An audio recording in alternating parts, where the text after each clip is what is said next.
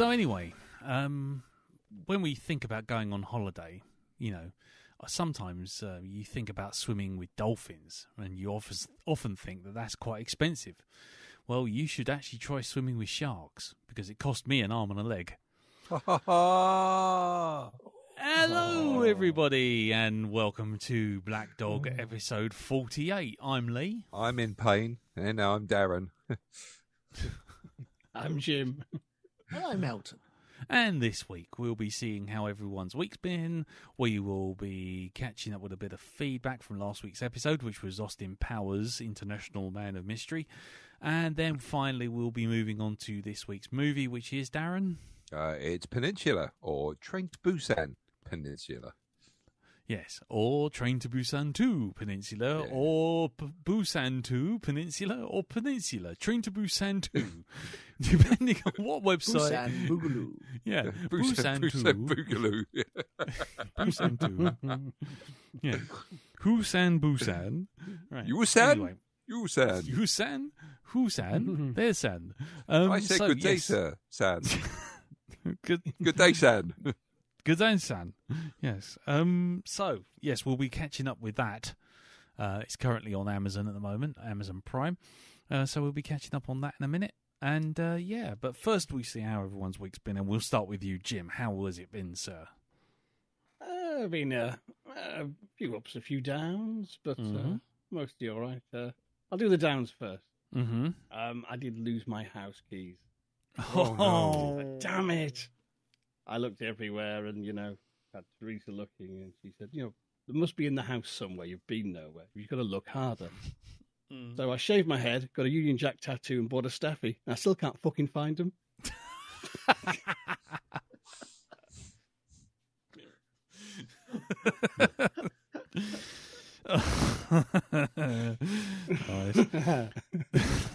Sorry, couldn't resist that. Yeah. Hang on. Stick to your lane. I do the fucking gags around here. No, mainly this week I've actually not done a lot, and that's been wonderful. I actually took all of Easter off and had the longest break I've had since probably Christmas. Nice. But probably even before that, Christmas is always, busy. There's Christmas stuff to be done. So it's probably the longest break I've had in over a year, of like 4 days of doing fuck all. Which was a bit of an effort for me to do fuck all. I did manage to guest on 2 podcasts by accident, but that was all right. I'm not editing them. The with now and I've gone on a podcast by mistake. So Jesse from SF Audio saying we're doing a show on the Richard Bachman book Roadwork, and I've got the audio book if you want to join us on Sunday. So I said, yeah, I'll be mean to reread that, all right. So, and I was going to sit down for a couple of days, just play stupid games on the computer and listen to an audio book. So that was good. I enjoyed Nice. that. Other than that, there's not a right lot. Okay. Mainly just chilling out in front of the TV. Teresa picked up for an absolute song on eBay, the complete Jeremy Brett Sherlock Holmes. Oh, blimey. excellent. The Adventures Sherlock and Casebook, so it's 2 box sets in one. Oh. And so we've been just slowly sort of just having sort of Sherlock smack it, so going, this is so good. Is this the black and white stuff? No. The Jeremy Brett stuff is the one that used to be on ITV. Yeah. Yes, yeah. He's definitely sort my of in the Sherlock mid-80s. Holmes, that one. That's the one Yeah. I define as, top. It's definitive. Yes, Yeah. definitely. I mean, I like lots of different versions of Sherlock, but this is the one that is really like, if you want to see the stories brought to the screen properly and done just immaculately, back when ITV used to make good stuff. This is it. There was a golden age at the end of the 80s and early 90s where ITV really got their shit together for like interesting period drama, and you had Jeeves and Wooster, Poirot, and the Sherlock Holmes series, and they knocked them out the park, and they're beautifully done, and really, really still just things of beauty to watch now. Look lovely on DVD, all nicely restored because they're all shot on film. Nice. So that's just been fantastic. So, I've had Sherlock Holmes and too much chocolate and a lot of loafing around. That's been my week, and it's been fantastic. Sounds like a great week. Yes. That's a winner. I'm trying to work out, can I do the same this week? In fact, the rest of my life? Probably not. I've got a lot more to do, unfortunately, but never mind. Well, maybe next Easter. Yeah. Well, I said the other thing as well, kind of we had a bit of a little celebration today, we had some wine, because it was 6 months today. We got brought our little dog home from the rescue centre. Hey. Nice. Half year of having a little furry hooligan in the house. Yep. It's been wonderful too. So Yeah, well done. Excellent. And she seems a lot better than when you first started. I see the updated photos. Yeah, for a dog, we could like barely pat. I mean, last night she just went to sleep on Teresa's lap and basically refused to move the entire evening. That's the way to do it. Just completely proper dead out, snoring, barking in her sleep, chasing pigeons. Yeah, kicking her legs. And they say pets become like their owners. I know, yeah. But the thing is, we were told, she'll never be a cuddly dog. It's gonna, well. Yeah, shows how much you a little patience and a lot of love. Oh, yeah. Your miracles can happen. Exactly. Brilliant. Oh, well, that's good news. Good one to end on. Nice. Cool. Okay, then. Well, we'll move on to you then, Elton. How's your week been, sir? Anything happening? Anything interesting? Very busy. I now know that I have shot my knees to pieces, my shoulders to pieces, my back to pieces. I'm a broken husk of a man. Right. After doing too many things over this weekend. That's age, mate. That's what happens when you break the 40s. Yep. It all starts to happen. It all starts to drop off. Yep. You're out of warranty, and the inbuilt obsolescence starts to kick in quick. Yeah. If it doesn't fall off, it swells, doesn't it? It's like, no, pretty much. No, Sometimes quite the opposite in my experience. Deflates. Yeah. Or swells up and hangs lower, and so you think about trading your underpants for a pair of football socks to keep you naked. Trade your pants for an onion bag. Yeah. Nice. Elasticated onion bag, sir? Yes, what if I do?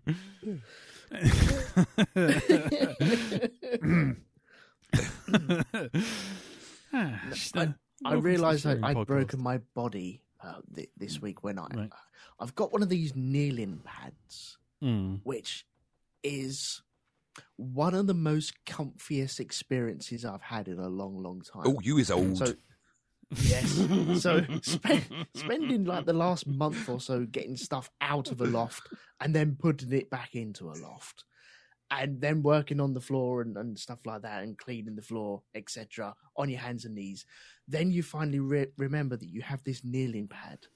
And the first moment your knees touch it, just so gently, it's like sliding into a big hot bath. It's like, oh, that feels good. That's the most comfiest thing in the world ever.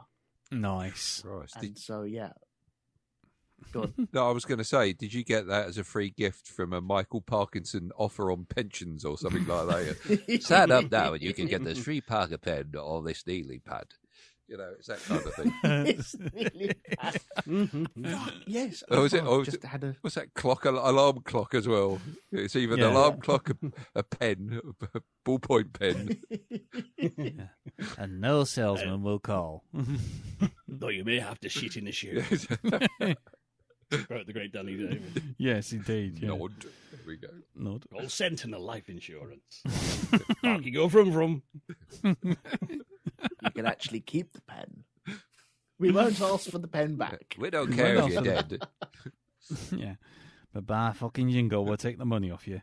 All right, anyway. Right. Yeah. So, yeah, I'm a broken husk of a man at the moment, but all is going well around the house. I'm starting to build a loft area in the garage. It's on a pitched roof, and so there's lots of area there that is not being used. So I started putting up boards up there, which is coming handy already. It's starting to clear the garage, and the boxes are disappearing. It's been really nice to see them slowly go.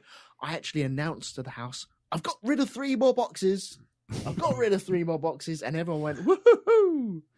And have you managed to clear your attic of the cursed Haunted tellies. haunted tellies from last week? No, they are kind of jammed in now. Yeah, you still every now and again at like midnight hear them come on and Yeah, they just turn on. They have number stations on them. Oh, Do they now? 4, 13, 7, 7, 24. 24, 36. Beep, beep. Elephant, eagle, 46, 32, 22, 1, C, A, prawn balls, sour, sweet and sour sauce, dumplings. Yeah. Send. Oh man. Don't. I will have to get them out at some point. But What, you prawn balls? did we mention that, or was that in the green room? It's the dangly bits, isn't it? They hang so low now. They act as counterbalance when you're riding a push bike, one on either side. What's that? The prawn balls or the number stations? The TVs. I'm not too sure if we mentioned that. Oh yeah, I don't actually. Maybe we haven't. You have to bring everyone up to speed. What's in your loft? Okay, so moved into this new house. Had to look up in the loft because we needed to put some stuff. Because when you move, you take stuff out of the loft and it immediately goes back up into the loft, and then it stays there until you move again. And because I went up there and had a little look, I found 2 really old Echo TVs. Not too sure if they work or not, but they've got the wooden surround. They're square. They look like they're going to be black and white as well. But I haven't turned them on. I'm afraid to turn them on now. They got Magpie. They got Magpie electronics on the side. I was just gonna say, yeah. Or pie. Yeah, that's it. Yeah. Maureen Lipton on there. Hungry. No, this is all going over my head. Good. I think you'd be happy if you didn't know. Okay, good. So yeah, they're wedged in the loft at the moment, so they're not going to go anywhere for the foreseeable future just yet. But we will get them down, hopefully later on, maybe later on during the year, just actually discover what they actually are and if they do work or not. I would Don't do it either May Eve or Halloween. Yeah. Tell you that as someone knows his calendar. Those would be 2 very bad nights to tune into. What's May broadcasting Eve? live from hell.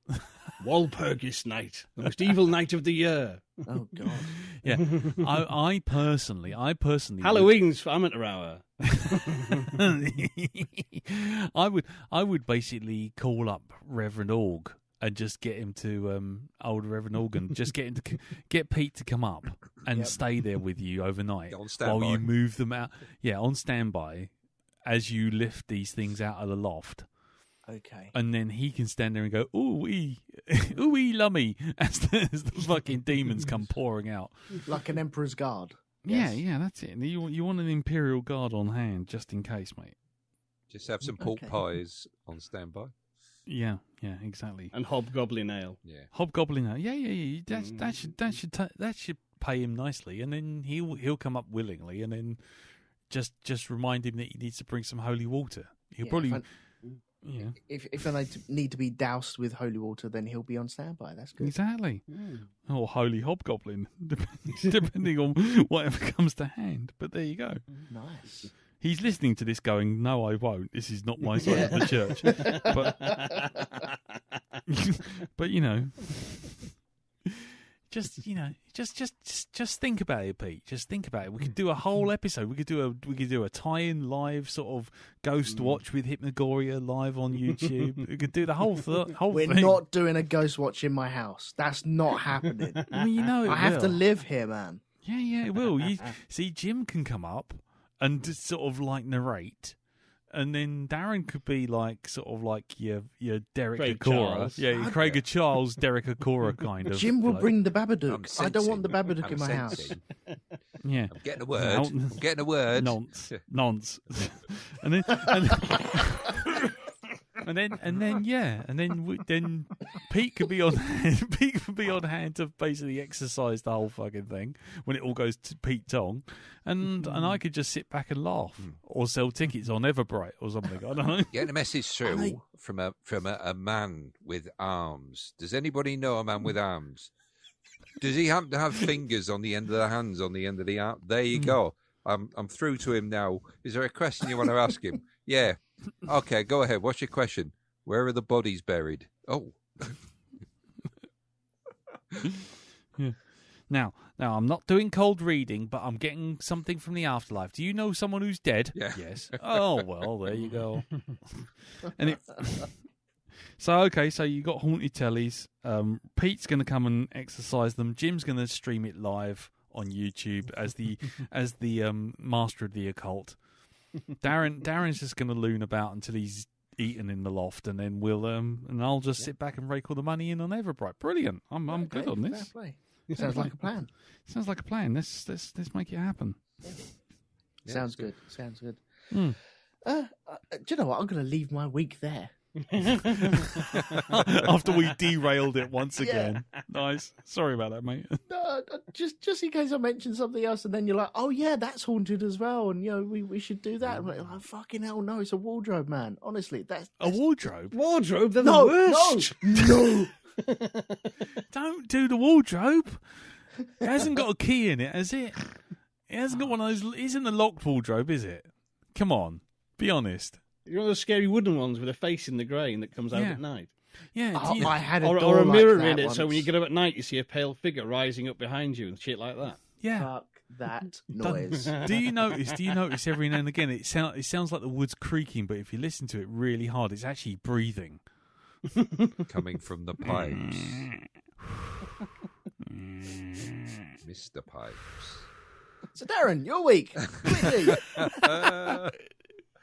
Oh, no, nowhere near as exciting as yours, Elton.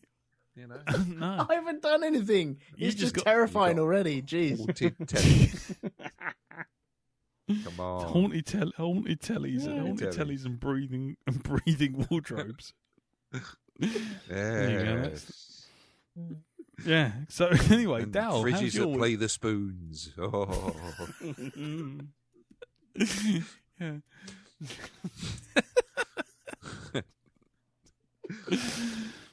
Okay, well, now that let's move away from the poltergeist house. I mean, let's not mention if it was buried on some druidic sites out, sort of. Yeah. Where was it buried? Where's your house again, Elton? I'll just look it up. I'm not saying. Oh, right. Okay. No, just in case you fucking find a grave or something like that. You haven't got a Native American community anywhere nearby, you know, sort of like. Or used to. Or used to. Yes. No. I don't I'm think not there saying was that's where the soldiers were buried, but it might be where the soldiers buried. Oh, what on the way out of on the way out of On the way out of the castle. On the way out of the castle. Yeah. Yeah. Do you hear occasionally Latin chants? Or pack up your troubles in your old kit bag. Coming in on the wind there. Yeah, in Roman. Yeah. Yeah. Anyway, Darren, how's your week? My week. Let's see. The Easter weekend, we decided we were going to do some walking this weekend. We got a lot of walking done. I think we must have done nearly 30 miles over the weekend, following the canal system again, just getting further and further down. Are you taking another photograph of yourself for another album cover? I think I am. Yes, yeah, I'm getting it. We've taken a few, and I'll tell you what we found. We came across a bit of a surprising building as we were walking down. Turned the corner on the canal, and in the distance, there's this what looks like ruins of this fucking great big church. I mean, great big. It's called Newark Priory. Right. And it looks it's almost the size of a cathedral, this thing. I can almost see where this is going already. Yeah. No, unfortunately, we can't get to it because it's on private land, but you can see it in all its glory, sort of like right there in front of you. Fantastic building. So found that on the way. But yeah, so the fitness thing, this is all included, has gone extremely well now, and I'm a bit concerned that I may be losing a bit too much weight within a short amount of time. Never. As someone who lost a lot of weight and got told that they were losing a lot of weight, and then has promptly in the last 12 months put on almost all of it and then some. Yeah. I'd say, don't worry about it, mate. Your body will find its way. I'm sure it will. I'm sure it will. Well, I managed to break I broke into the 13 stone region, and I've gone right down from, what did we start off at? 15 stone, and I've managed to get down to 13.7. Now I am I can see me Willie again. Woohoo! There we go. And today on things that we should never say on a public podcast. Exactly. You have Darren. Yeah, there's no belly in the way now. I'm just like, I can actually see my shoes and everything. Nice. I'm not casting much of a shadow anymore, so this is great. Yay. Anyway, moving on from that rather personal part there. This week, I thought I'd give a new TV show a bit of a go. It's been going on for the last, 4 weeks? It comes out every Friday, and it's not the Falcon and Winter Soldier, although it is a superhero-based one. And it's one called Invincible. Oh, now, someone on Michael Geacock on the Facebook group mentioned that, and I'd seen it on Amazon. I haven't looked at it yet. Go on. What's it like? Well, what can I say without giving too much away? I think it's based on a comic book.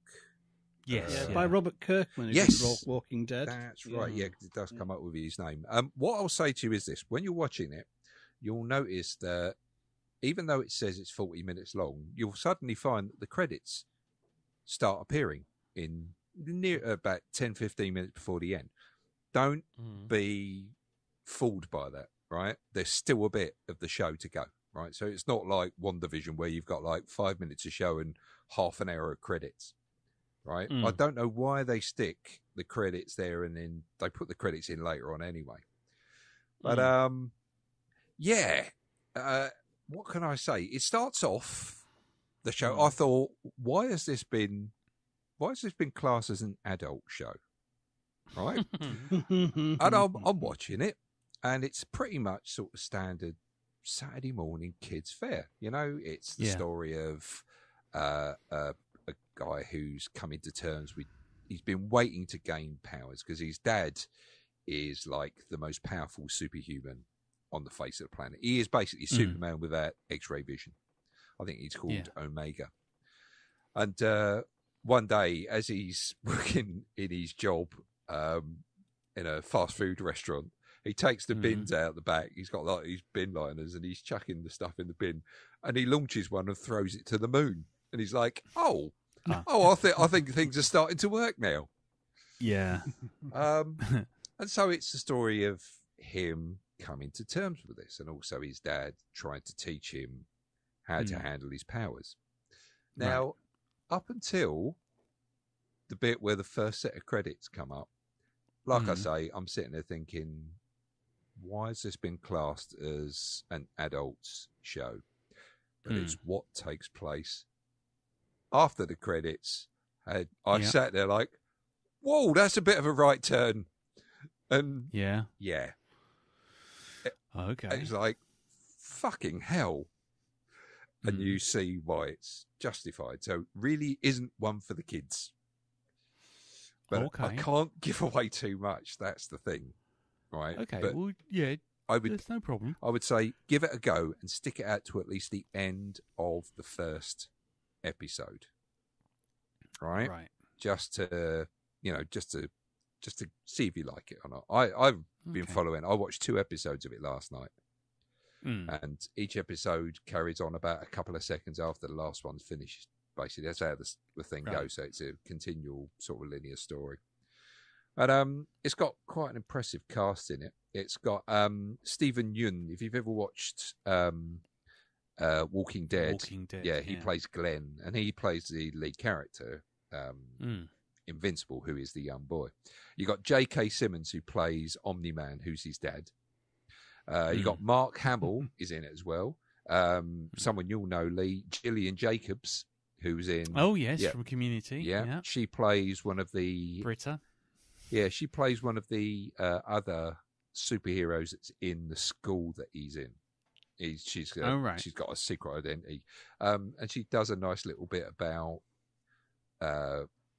why it is she doesn't have to wear a mask, and it's that whole comment on the Superman thing. 'Cause he says, but hold on a minute, how is it I've never recognised you in school? She's like, well, it's a psychological thing, really. You don't expect to see a superhero here, so you kind of glance by it. So, it's the Doctor Who thing. People don't notice the TARDIS because it's just like it seems like it's always been there, sort of thing. You don't expect to see it, so you don't bother questioning it. Yep. So, nice. Zazie Beetz is in it as well. Seth Rogen, Sandra Oh, and Zachary Quinto as well, who plays a character called Robot in that. Right. Who's always kind of like whose calculations are so accurate he can actually predict the future 3 seconds ahead. So he's like the leader of this one group of superheroes, and he tells them where to go. It's like, because in 3 seconds this tank's going to appear over there, so go for it. And then blah blah blah. Oh, nice. So even John Hamm's in it. Looking at the cast now, he's which one is it? He must come up as one of the later characters. But I would. I like it. I've got no problem with it whatsoever. It might be a little bit cliche in places. I mean, it's not a thing that we've seen this kind of story before. But take a look. Right. Okay. Well, we'll do. I will take a look at that next week. Actually, over this week rather. Cool. Okay. Anything else? No, that's about it. Okay. Well, my week. My Easter, shall we say?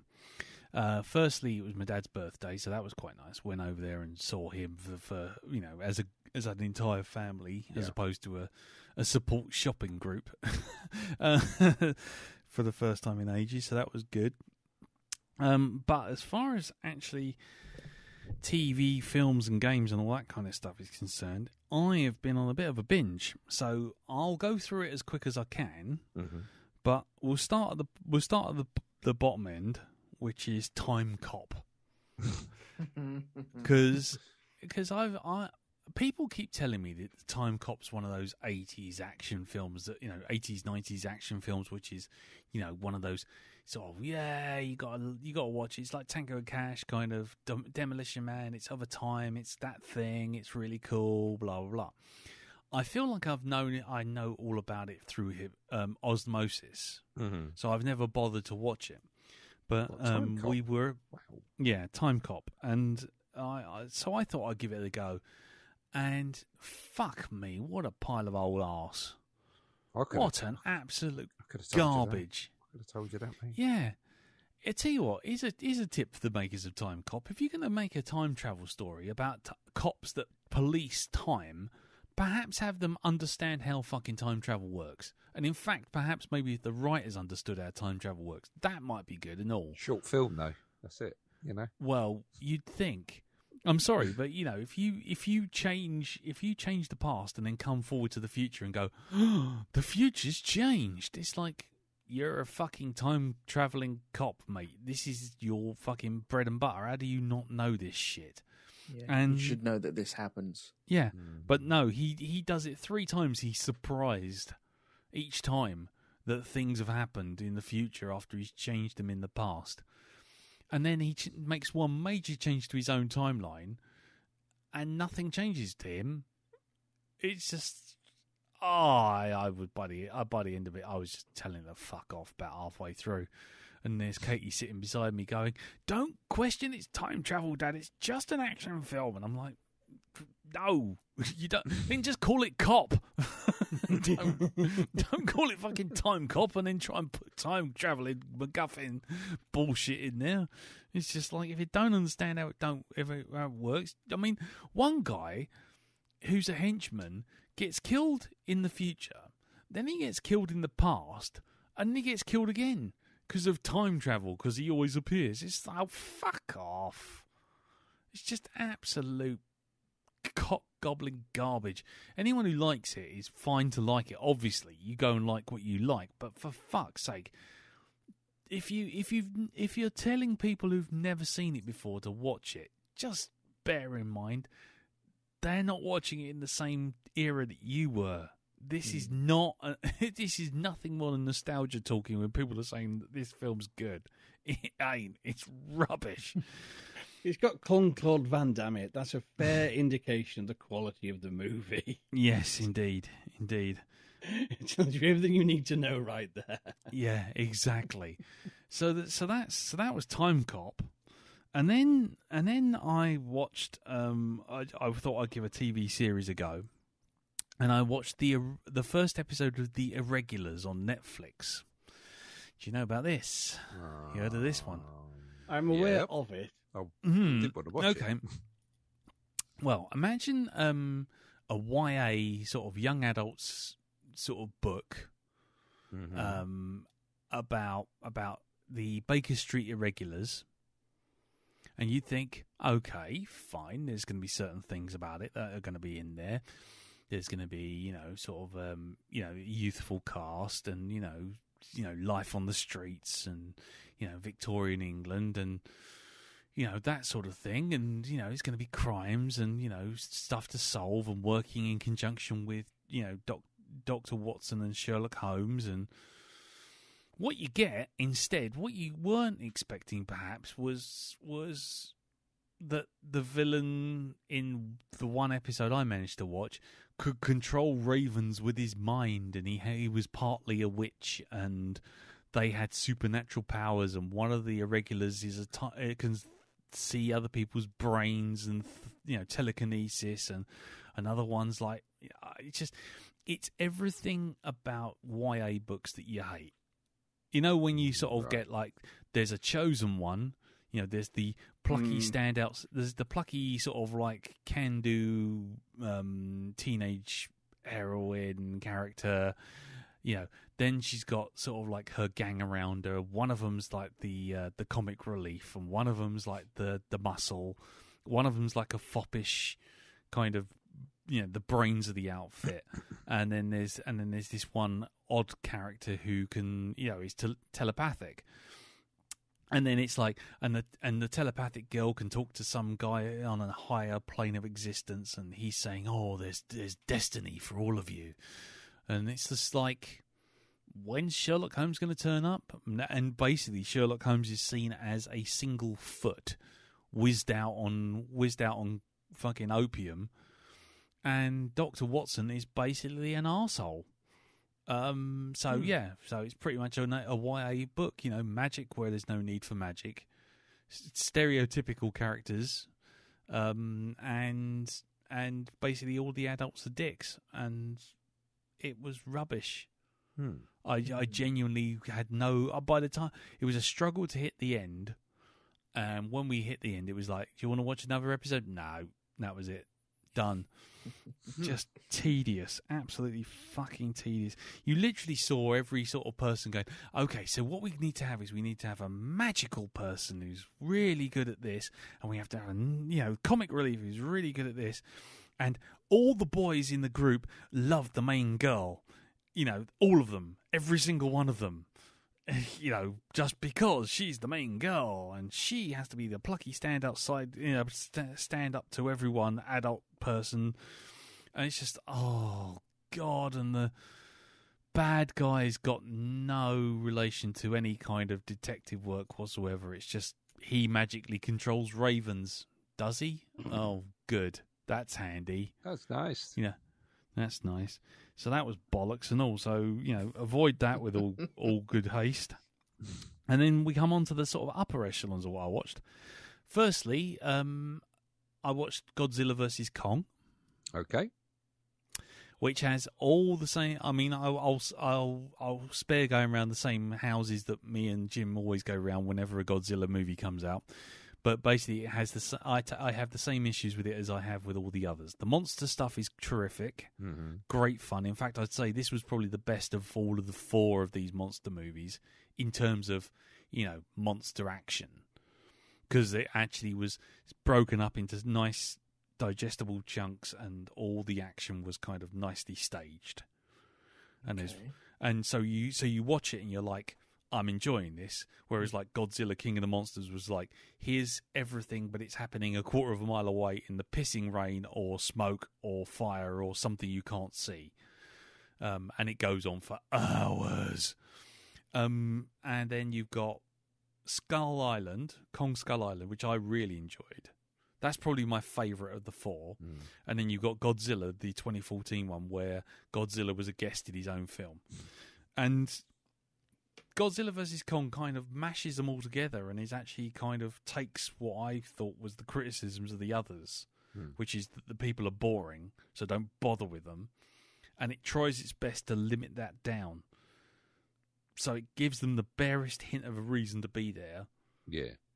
And then once they do their job, the film goes, right, okay, back to the monsters. And you're like, thank fuck for that. And you're back off to the monsters and they're all doing the punchy thing. And there's a fantastic fight between Godzilla. I mean, I'm not spoiling anything here because Godzilla and fucking Kong fight about 3 times. Big times. But there's a fantastic scene in Hong Kong where Kong's kind of using Hong Kong as his kind of jungle gym while trying to fight Godzilla, because you can't fight him on the sea, so he's trying to keep him on the land. And it was, the action was easy to follow. It was bright, it was dynamic, and it was, it was fun. Yeah. And so from that perspective, I had a good time. But as ever, bit like when you play Assassin's Creed and it goes back into the future bits, as soon as it switched to a human, I was like, oh God, get on with it. Yeah. But it wasn't as bad as Godzilla King of the Monsters, which for me was the worst of the lot, because I didn't give a shit about the family melodrama that was kind of 90% of the film.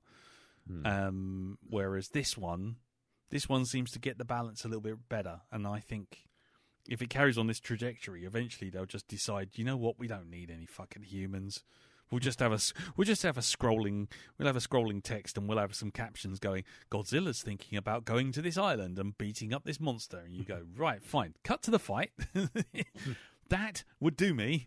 That was always my concept for Alien versus Predator. Yeah, it's probably not a bad idea, actually. Just to do it completely without any humans, without any dialogue, like they did for the old Hammer 1 million years BC. Yeah, just go full Gonzo. just cavemen and monsters. No dialogue, forget it. Just grunting. Here's another dinosaur. There you go. Yeah, exactly. Alien vs Predator should have been like that. Jungle Planet. Just fight it out. Yeah. It should have been about 45 minutes long.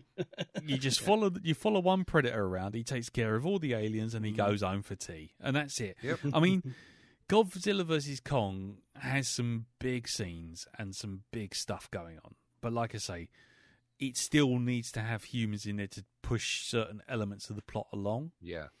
And certain elements of the plot are predictable as fuck. But I don't suppose you're coming to watch a giant monkey fight a radioactive lizard in Hong Kong just, for the plot, to be honest. So, it's fun. It's like watching Scooby-Doo and expecting Kafka. Exactly. You're not going to watch Scooby-Doo and go, now where is the Nolan-esque time traveling plot in this? I'm just not getting it. No, I mean, like I say, I've been criticized over the last 4 films. I've had criticisms of it, and they always seem to boil down to, don't show me the humans, I don't fucking care. But in this one, they do their best to try and limit that, and the big monster fights are actually in the daytime or in brightly lit areas or action scenes that you can actually follow.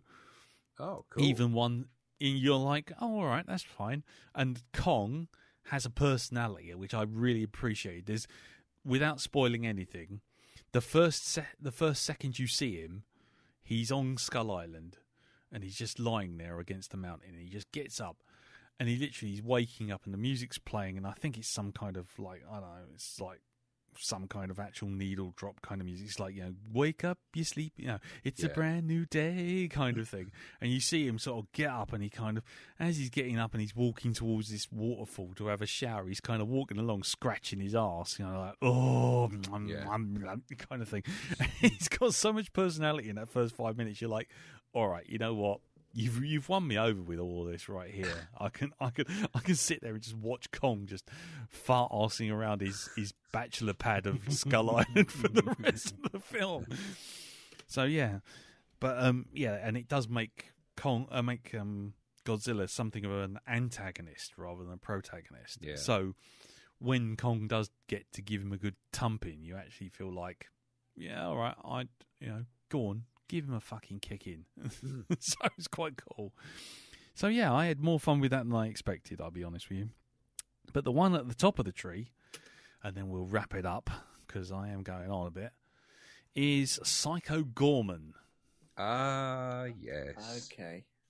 Now, did anyone else watch this? I've seen the trailer of it, and right, it has intrigued me muchly. Okay. It's on my to-watch list. Okay. Pedigree. Okay, yeah. Right. Well, to cut a long story very short, just like films like Kung Fury and, video games like, Blood Dragon and all this kind of thing, where they kind of, or Stranger Things, where they've got this kind of aesthetic of like, okay, you remember monster movies and science fiction movies that used to be on VHS, straight to video, or in the mid-80s, early 90s, yeah? Mm-hmm. They were cheap as chips, they had a big concept, and, just what they lacked in budget, they made up for in imagination. Yeah. Yeah? And humour. So, like, Tremors and that kind of thing. I was going to mention something else, but I remember Jim didn't like that one, so I'll leave it. But so the idea is that there's this force of evil called, which has a name of like Death Thra, murderer of entire souls, or something like that. Yeah, and the whole galaxy gangs up and basically puts him away in a box on Earth, thinking it'll never be uncovered. But he is. He's uncovered by two kids, this really sort of sassy, bolshy kind of girl, and her brother, who's a bit of a sort of nebbish weed, who sort of follows her about and gets bullied by her all the time. And they find Psycho Goreman, well, they don't call him Psycho Goreman, but they find this thing with a gem.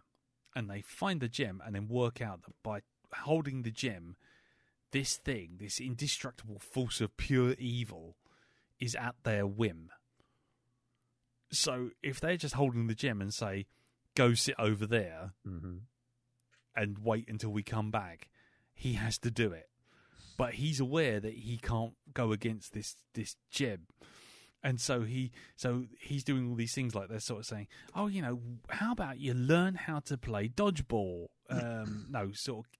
Death Ball or something. Crazy Ball, that's it. They've got this game called Crazy Ball. Mm-hmm. How would you like to learn Crazy Ball? And he goes, how about I rip off your head and bathe in your blood?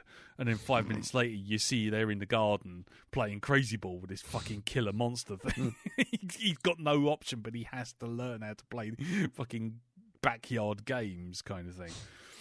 And it's that's essentially it. And then when this galactic Federation, millions and millions of light years away, suddenly finds out that he's active again, they all decide they're going to come back to Earth and finish him off. And so then it's kind of like this two-hander between the family with Psycho Goreman, as he's now named. Yeah. And this Psycho Goreman wanting to be free of being tormented by these kids, who are controlling him all of the time. This Galactic Federation who are going to come and basically obliterate the Earth to get rid of him, and the kids who have no idea what sort of power they have in their hands. And there is a lot of little one-liners and asides, and it's camp as all hell, and it's the monsters are real sort of Power Rangers level sort of plastic suits, stuck on sort of out of work actors, but it's got a charm to it. The joke kind of wears a bit thin at given the runtime, but it's got a charm to it. There's bits of it that will irritate you, but you come away thinking, well, I'm sure if someone else had tried this, it would have been rubbish. But I had a lot of time. There was lots of it, and there are a couple of jokes which I really wish I could share with you, but they actually work better if you don't know they're coming. Right. So I'll have to leave it. But Psycho Goreman gets all the best lines. He does get that sort of like, there's a cute little girl going, so, I want you to go and kill my best friend Jim, or something like that. And he just goes, how would you like me to do it? And she's like, no, actually, I think, no, was it Anthony? I want him to love me forever. And Psycho Goreman's kind of like, I will make him think of you all the time. And she's like, yes, that'd be great. And then he turns this kid into a fucking slithering brain with a pair of eyes stuck on his forehead. And so Goreman's trying to do all these kind of things, trying to deviate their wishes. Yeah. But he ultimately can't do anything about it. He's trapped. And so there's lots of stuff like that, Yeah. It's like, I want you to redecorate my house. I want to tear off your head and eat your skin, sort of thing. So, yeah, I was going to say it's probably overlong, and could do with a bit of trimming. But what it lacks in a sort of in control, it makes up for in sheer exuberance and silly ideas and some great one-liners and some great action. It's a definite Saturday night beer and pizza movie, and it's all the better for it. So, yeah, there you go. So, thumbs up for that. And I've just found out, looking on Twitter, we're being followed by Psycho Goreman now because I mentioned that I was watching it. So, if they're listening, hello, everyone. And that had no reflection on my bloody review. I just noticed that literally 5 seconds ago. So there you go. Quick, say something nice. Say something nice about them. Oh, it's the best movie ever. Put it on the poster. I will bathe in your blood. But no, anyway, do check it out. It is a laugh, but like I say, it's got a few issues. But I think if we review it, I think we'd come back to those when you all watch it. Because it's got a few things to discuss. Right, okay, so that's that. Excuse me. And now it's time to move on to feedback. So last week we did Austin Powers, International Man of Mystery. And we discussed a lot of things. Like, for example, last week I watched St. Maud. And we had feedback from Glenn Manners, who said on the Facebook group, I've been telling anyone who will listen to watch St. Maud. This and Host were two of my 2020 lockdown highlights. And yes, I agree with Lee. Both are ideal for future Black Dog picks. Yes, they are. And we will come to those when and if they go free on Amazon or Netflix.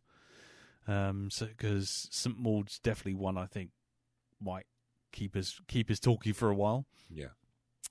I mentioned the playlist, and then misnamed Steve Porter as the person who put Detachable Penis on the playlist. There you go. It wasn't Steve Porter. He writes in to correct, saying, "Yikes! I'm very certain I wasn't the submitter of Detachable Penis on the playlist." To which Sean Gleason admits that it was him. So there you go. Apologies there. So what else? We've got Dave Giacola, Dr. Evil Dave of I was going to say the Inside Outcast, but it's the Dark Corner podcast. And he writes in to say about Austin Powers, the Dr. Evil's signature voice, the Dr. Evil, was inspired by Saturday Night Live's producer Lorne Michaels. I did not know that. Apparently, he's very hard to impress, and getting a laugh out of him is seen as a big accomplishment. So there you go. And Murray Christensen, Murray the Pie Man, he writes in to say, So I watched Austin Powers a while back and found it held up really well. I do remember really going off the whole Austin Powers thing by the late 90s, early 2000s, and I think part of that was the number of people doing bad impressions during everyday life. And then he had to listen to the podcast last week when I did it. It kind of got oversaturated. I had a similar issue with Wayne's World. It's an interesting point Lee brought up in that, in general, the way we expect films like this to go is our fish out of water eventually uses his more simple past skills to solve problems, with underlying message that simpler is better. A simpler past is better. But in this, Austin Powers gets better by adapting to what he's learnt in the modern age.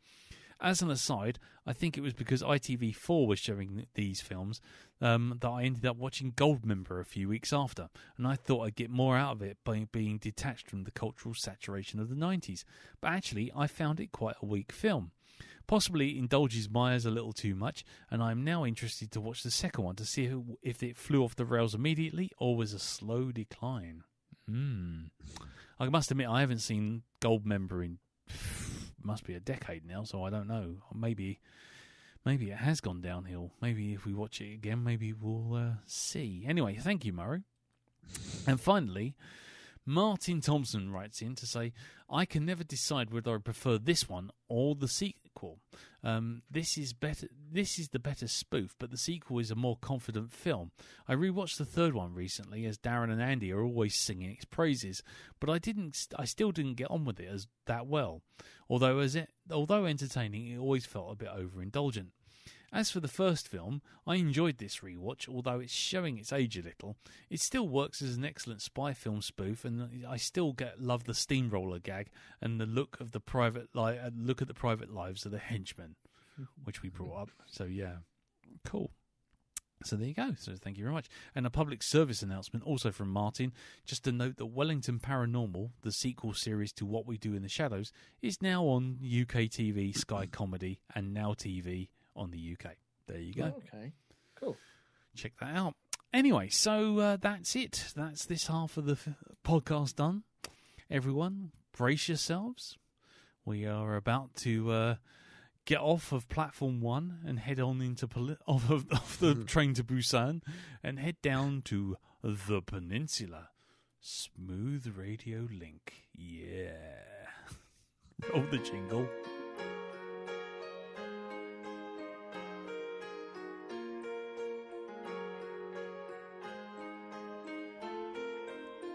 I see it's nearly 5 o'clock. I'm here at home, my work's all done. No question where I'll be tonight, a place of cinematic fun. It's the lockdown, but I will not pout. Oh, my friends, I won't be seeing this out alone.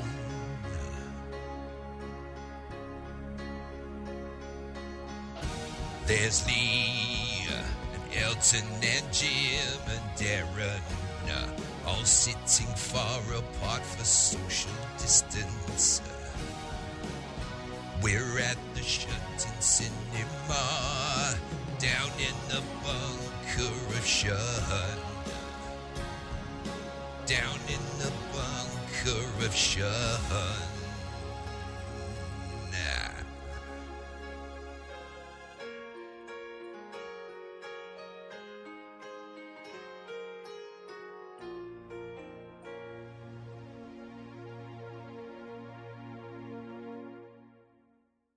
Hey fellas, it's been nearly 5 years. You gonna let me out now or what? Right, so Peninsula, a.k.a. Train to Busan presents Peninsula, a.k.a. Train to Busan 2 Peninsula, a.k.a. Peninsula, Train to Busan, a.k.a. Peninsula, Train to Busan 2, is a 2020 South Korean action horror zombie film directed by Yeon Sang-ho, who directed the first one. And it's a standalone sequel to the 2016 movie Train to Busan, and it follows a soldier who is sent along with his team to retrieve a truck full of money from the wasteland of the Korean Peninsula, which is now completely inhabited by zombies, rogue militia, and a family. Peninsula. There you go. Peninsula was chosen to be the official selection of the 2020 Cannes Film Festival. Blimey, which was cancelled due to the COVID-19 pandemic. There's some irony in there, I'm sure. I was going to say, read between the lines. The budget was $16 million, and how much did it make in the box office, Jim? 500 sports bags of used notes. Elton. One return ticket to Hong Kong. Right, okay. And Darren, what about you? 3 sticks of fireworks and 2 remote control cars with disco balls. Well, you're probably closer because it was actually 42 million. There you go. Really? Yes. Wow. During Made lockdown. 42 million during lockdown, mainly through online video on demand sales. Yeah, there's not a lot extra to say about it. I mean, the production, there's no notes. The cast, I don't know any of them, so we're just going to have to just speak in generalities because my pronunciations will only make things worse. And yeah, there you go. So yeah, as we say, it's Train to Busan. Before we get into chatting about it, let's go around the table, see how everyone felt about it top line. So we'll start with you, Jim. What's your general thought about it? Well, Train to Busan was a movie that didn't need a sequel. But hey, we live in a world where we get sequels. As it was, the choice to do a kind of take probably the 28 weeks later approach, you do the same story in the same universe, was probably the right one rather than the Speed 2 option, which is let's do it again on a boat. And as such, though, it's still derivative and doesn't live up to the first. But as zombie movies go, I've seen a lot worse, and I had fun with it. Yeah, I guess that's going to come up a lot. Is basically how everyone feels about different zombie movies to start with, because that's going to be your gauge, isn't it? I think. Yeah. What about you, Elton? I think I enjoyed it. There were moments where I was having flashbacks to Train to Busan, and that has like everyone against the zombies, and the zombies are a massive thing. This film kind of puts the zombies in the background as like wallpaper that you don't really like. So they're not there much, but they're like a hidden menace that every now and again, when the plot desires, rear their head. But I think overall, it was all right. I was getting fed up with the fucking CGI car chases. It's taught me that it is cheaper to do CGI car chases than to actually get cars and chase them. Well, I don't know about that. I reckon of that $16 million, I think probably half of it went on that car chase. Really? Oh. Well, it weren't on the sets, was it? I mean, half of that was just cargo containers. Right. So overall, you thought thumbs up, yeah? One thumb up. One thumb up. So thumb up with the caveat. I don't know how to rate this movie. No, Jeez, is it out of 5? Is it out of 10? Is it out of thumbs? I'm not too sure. I've only got 2 thumbs. It was all right. That's fine. Don't worry. I'm not going to murder your family if you get the wrong decision, mate. It's fine. It feels like it. It really does. No. It was all right. Yeah. Okay. I fucking hated this film. If I never see another zombie movie ever again, it'll be too fucking soon. It started off, for me, it was a film that had a great idea, a great opening 5 minutes, and then just went and just decided that what it was much happier doing was CGI car chases from Need for Speed 2, the video game from like from 2003, and then occasionally throwing some zombies in for good measure, and then doing Mad Max. It wanted to be. It seemed like it was a film that wanted to be Mad Max, Beyond Thunderdome, Road Warrior. It wanted to be Escape from New York. It wanted a good chunk of Land of the Dead in there as well. Yeah, Land of the Dead was another one which came to mind, which isn't a great comparison, to be honest, because that's not a great Romero film either. God, no, it's not. And then on top of that, it sort of went, oh yeah, we got some zombies in there, and then it wanted to throw a heist movie in there for good measure, and it was just a jumbled mess. And the fucking ending, I just spent the whole of the last 20 minutes of this film just going, oh fuck off, fuck off. But we'll get to that in a minute. So yeah, I was not impressed with this at all, because as much as anything, I had high hopes given Train to Busan, which I absolutely loved. But there you go. So yeah, it's not so much a thumbs down as a give it the one finger up.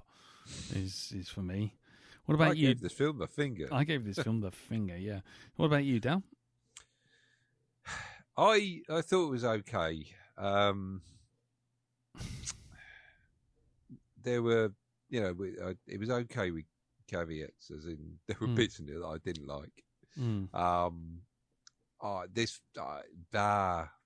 What can I say? I had a problem with the CGI in it. It just like no. It was just, I don't know. It just looked like somebody pushing some toy cars around. Like kids playing with toy cars go at unrealistic speeds, and grip to the road unrealistically, and accelerate unrealistically as well. Yeah, exactly. My biggest beef came with the end of it. Right, I could re-edit that fucking bit so much better than they did it there. But am I allowed to actually do it in say half the time for a start? Yeah. Am I allowed to mention it? Am I allowed to actually say now, or have I just got to hold back on that until? Well, hold off, because I know what you're going to say, but hold off, because I mean we're giving our top line here. We don't want to throw any spoilers in at this bit, but we will, as soon as we start talking about this properly, we'll get into spoilers. There you go. Yeah. So yeah, but you weren't happy with the end. I can tell. No, it was too drawn out. Too drawn out. And I'll comment on that in a minute, because I've got an analogy for it. Or someone that describes the ending perfectly, or the way it was done. Okay, fair enough. So there you go. So you So overall, thumbs up, thumbs down. Okay, bad. Yeah, it was kind of fun midway sort of thing. There were like I say, there were bits of it I enjoyed, but it's following. It's got the curse of Train to Busan written all over it, which is the first film's really good and you really enjoy it, and then everything else that comes off it is like, we've been told we've got to do this, but we're not quite sure what we should do. Oh, we've got an idea for this one, but we don't quite know how to exploit it properly. Yeah. And there are other things on top of that get in its way. But I will speak about that as we go. Okay, cool. Well, I mean, let's get into it. I mean, let's start with with laying some groundwork here. I mean, Jim, you mentioned right at the beginning, it's not the worst zombie movie you've ever seen, and I guess that's probably best place to start. I mean, we've all seen zombie movies, yeah? And how do we feel about them right now? Because, I mean, just to get it going, I mean, like I say, if I never see another zombie anything, not just film, but TV, they are, as far as I'm concerned, they're played out. There's no scares to be had from them anymore unless you do something absolutely unique. So, as far as I'm concerned, I was expecting something interesting, but I didn't get it. So, I mean, how about you guys? How are you feeling about zombies in general? Because I know you like post-apocalyptic stuff, Dow and Jim. You've seen so many zombie movies I can't even imagine. So, yeah, there you go. Off you go. I mean, oh fuck! Sorry, something's just fallen. I've just been. Is that your bedpan? Yeah, that was the bedpan. No, I've been attacked by the zombie gods. Sorry, there we go. Something's just fallen off my Sounds my like shelf. the Tin Man just got a hard on. Yeah, he did. Dying, but yeah. So how are we with all things zombie at this point? Where are we all? Where are you all feeling? I mean, let's start with you, Jim. I mean, like I say, you said it wasn't the worst thing you've seen, but how do you feel about that genre? Well, generally, I don't find most zombie movies to be very derivative and cheap, not really worth your time. You've got to give them some bite, if you'll pardon the pun. I mean, I even thought 28 Days Later, it's a well-made film, but it's derivative as fuck. And, you didn't reinvent the wheel there like people thought they did. They just ripped off The Crazies by Romero and just sold it as a zombie movie. Yeah, fuck off. I've seen those films too. Do better. And I'm very kind of like, really? But zombies are the cheap option for people wanting to make a quick bucks from a horror movie. They think it's easy, So I'm very much kind of like, oh, God, another one. However, having said that, I felt that way before when people started going about Train to Busan. Oh, another one. Oh, what's the twist? This one from somewhere a bit different country, really. And then I really enjoyed Train to Busan. I thought it was really well done, and it actually just I was interested in that movie. I'm not interested in zombies per se again because of that movie, but that movie, yes, great. So that's kind of where I'm sort of with it. I'm jaded, but at the same time, every now and again, like any kind of movie, I think there's always someone who can just occasionally really spark your interest with a good movie. Oh, do what I mean? But... Yeah. Cool. Okay. What about you, Elton? A couple of years ago, I'd had my fill of them. I was fed up with them. They couldn't make any more. It was just done. I not that I'd seen them all or anything like that. It was just you're getting the same old thing again and again and again. And I think I've had a couple of years where I haven't really seen one, which has been quite nice and refreshing. And so when I came to this, I didn't mind it. I didn't mind giving it a go. It wasn't, oh God, not another one. I can't do this. It didn't feel like it was a chore to watch this at all. So at present, I don't mind seeing another one. I kind of know. I like the shots that you get on this. I like the actual zombies in this movie. I like the zombies in Train to Busan as well. I like the way that they are animated and the way that they throw themselves around and way they stand up from the ground. And that, to me, who hasn't seen many movies, that seems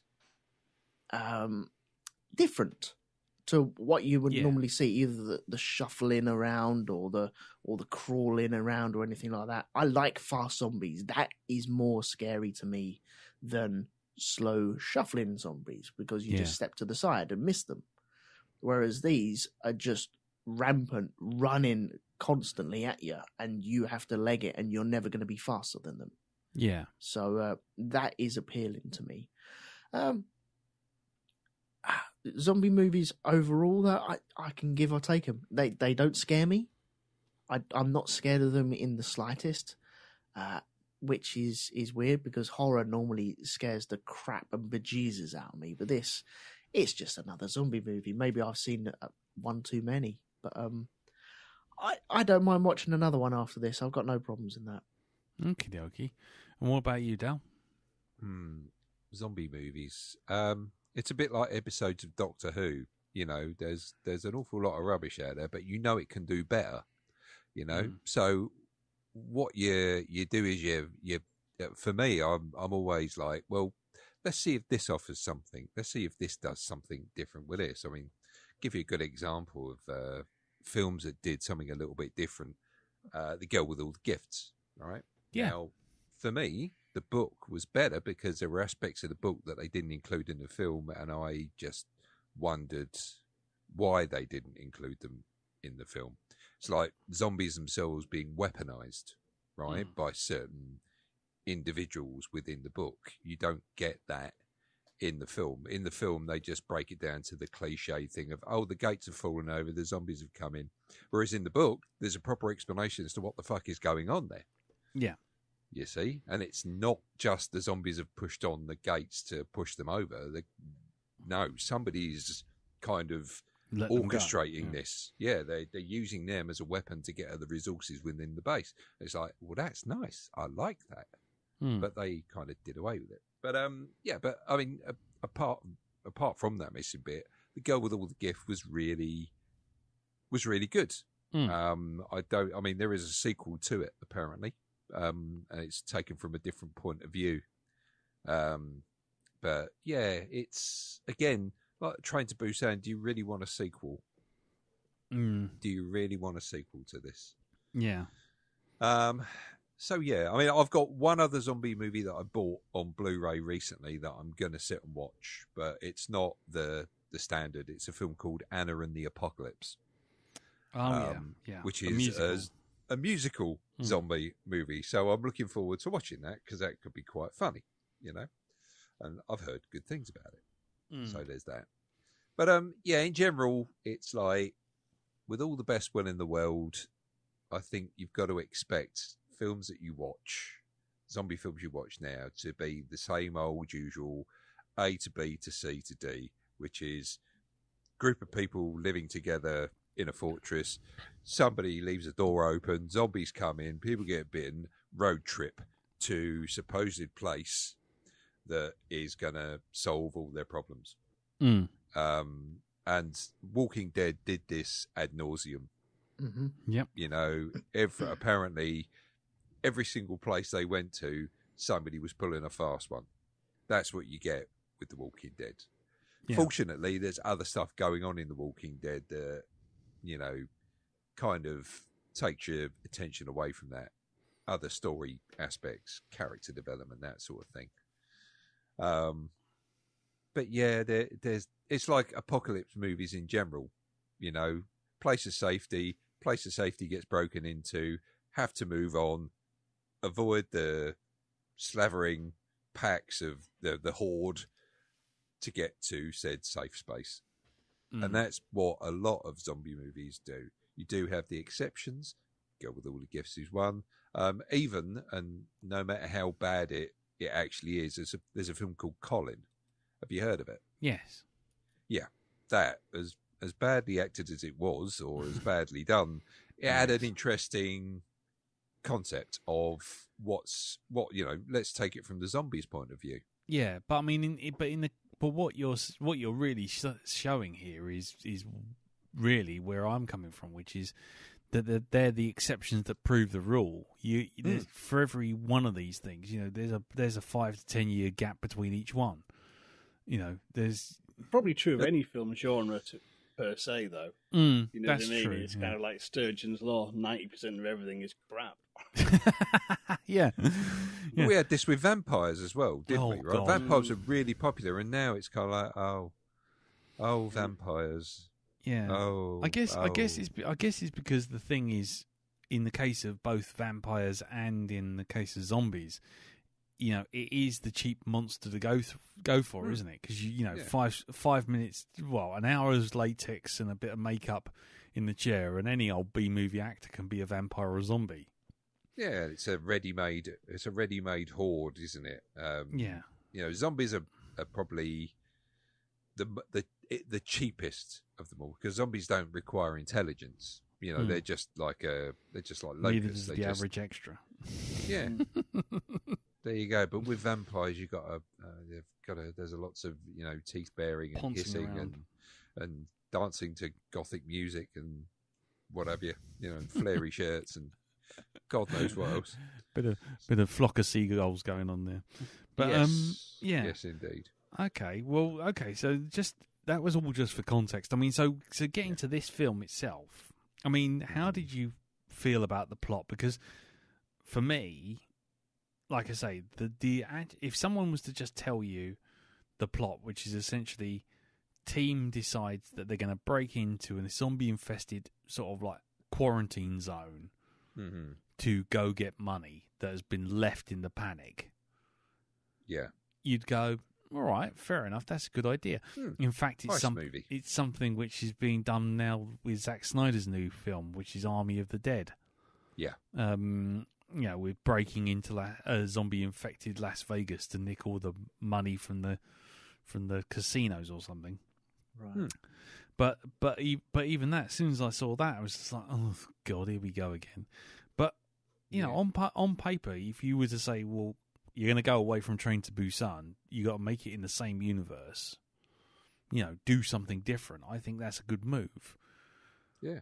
But how did you guys feel about the actual plot? I mean, did you feel it was the right way to go? I mean, where are we? It was a good idea. Good idea. Not brilliantly executed. Yeah. Yeah.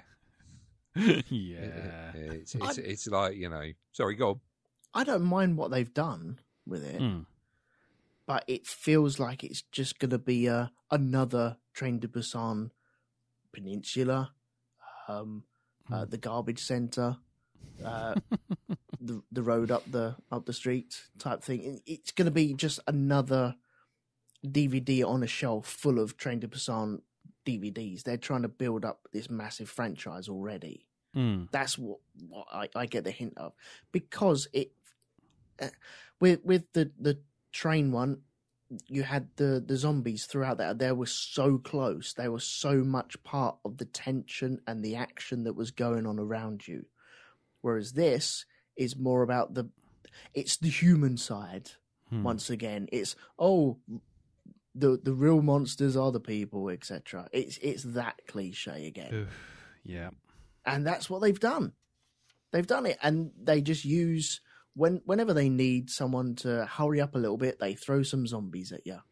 Yeah. I thought what they did was very clever in certain aspects. There was a particular bit where we can spoil it now. We're into spoilers. Okay.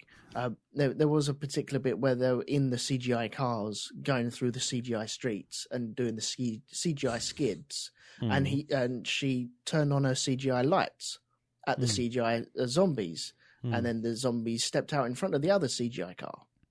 And yeah, I didn't mind that. It was clever little things that I've never seen before, which I thought were very good. Yeah. But you break it down, it's just a robbery just after bits of paper in zombie world, and they only turn up when they're really needed. And on the train, they were always needed, and they were always there.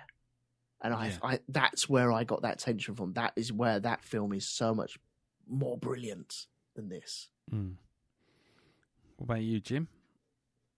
I kind of thought it was probably. It felt a bit prog to me. Prog. It went on a bit too long, and at the end was very prog.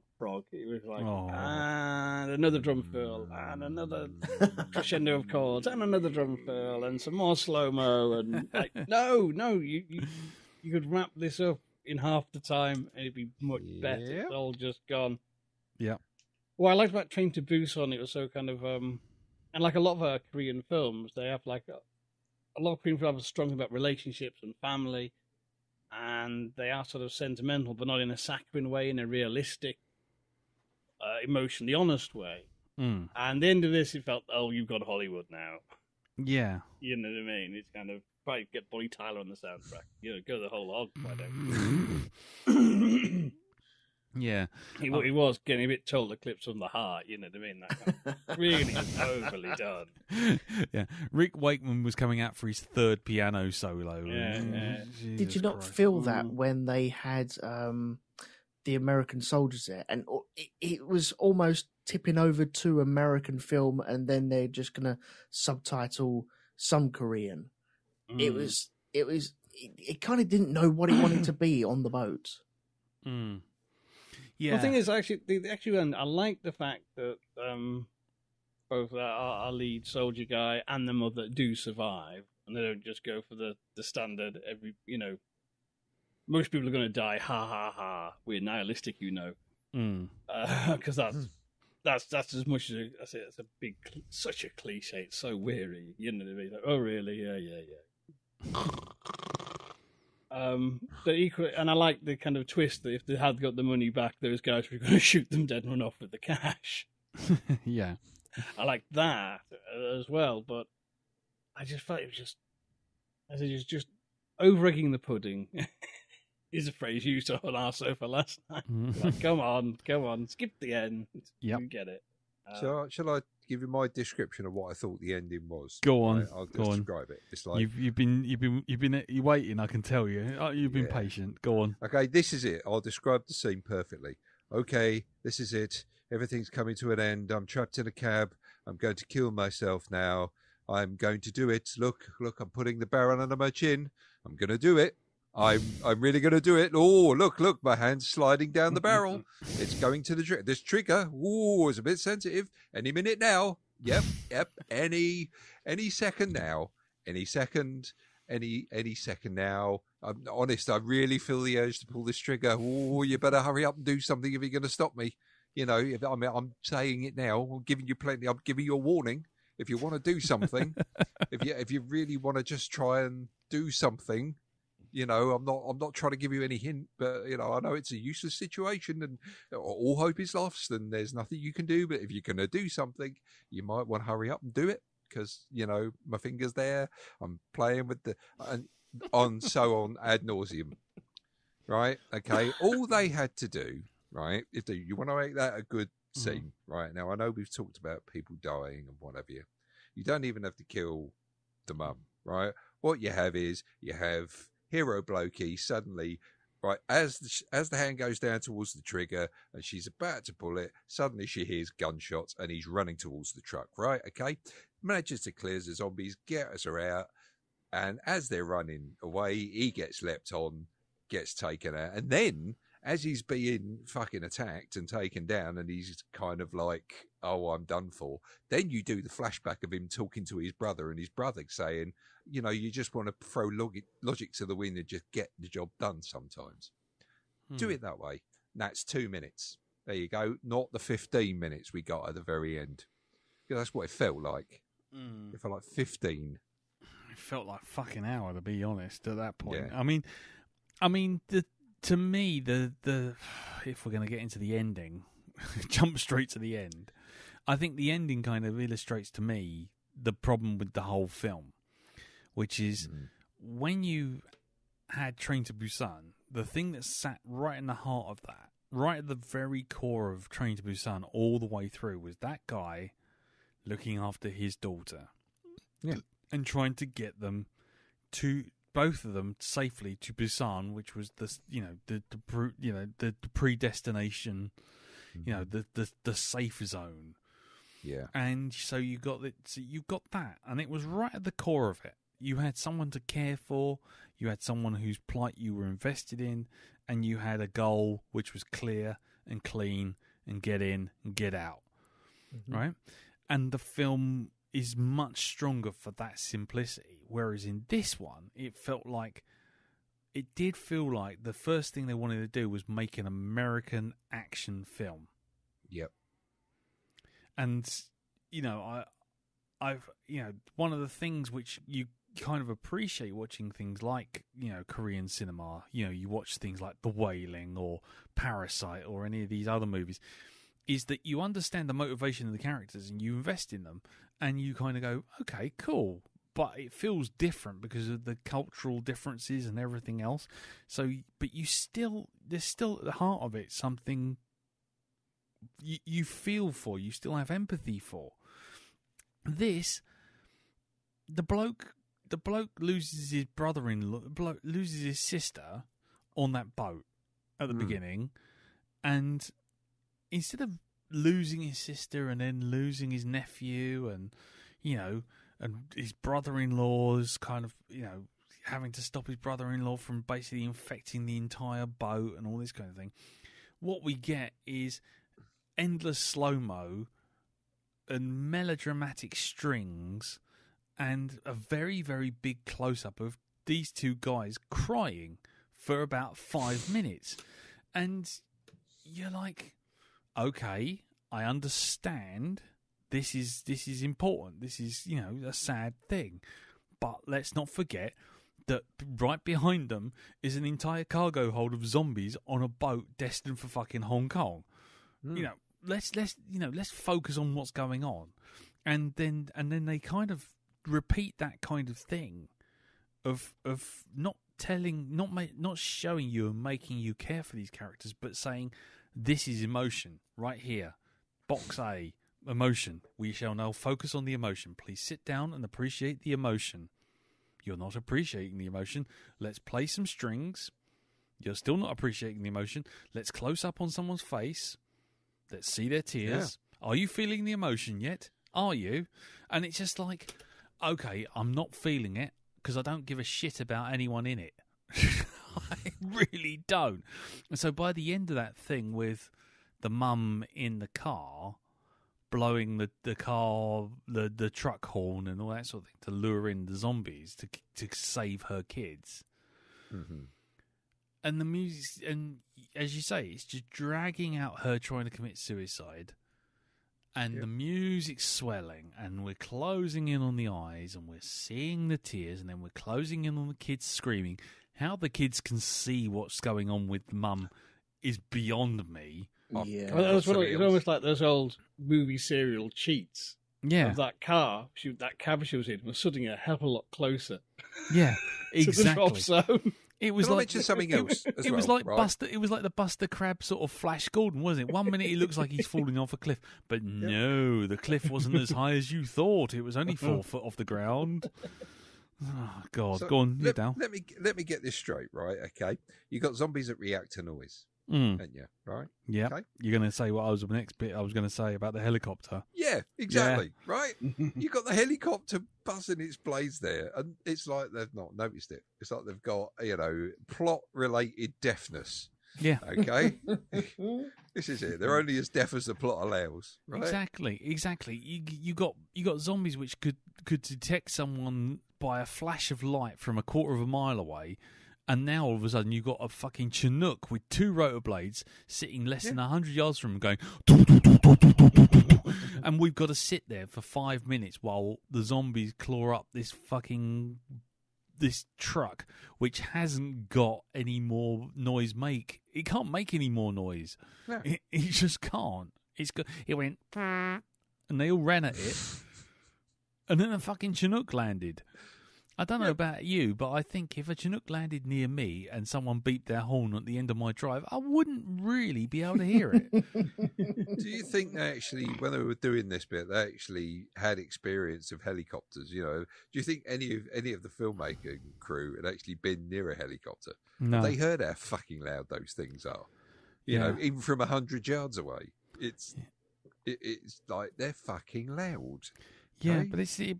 but it was everything about that whole scene. I mean, and that's the problem. As soon as you start concentrating on things like that, you're like, why am I worrying about the noise the helicopter's making when the mum is trying to blow her brains out and is surrounded by thousands of zombies while their kids look on? It's like, it's just the reason you're worried about this shit is because nothing else really has done anything for you. I don't care if the mum dies. I don't care if the mum fucking deployed her airbags and blew herself out the back of the fucking truck. I just wouldn't have given a shit. It was just, Die Hard 2 style and fired herself through the roof. But it wouldn't have mattered. It just really wouldn't have. That would have been funny. Yeah, that would have been like, here we go, going to press the horn. Boop. Yeah.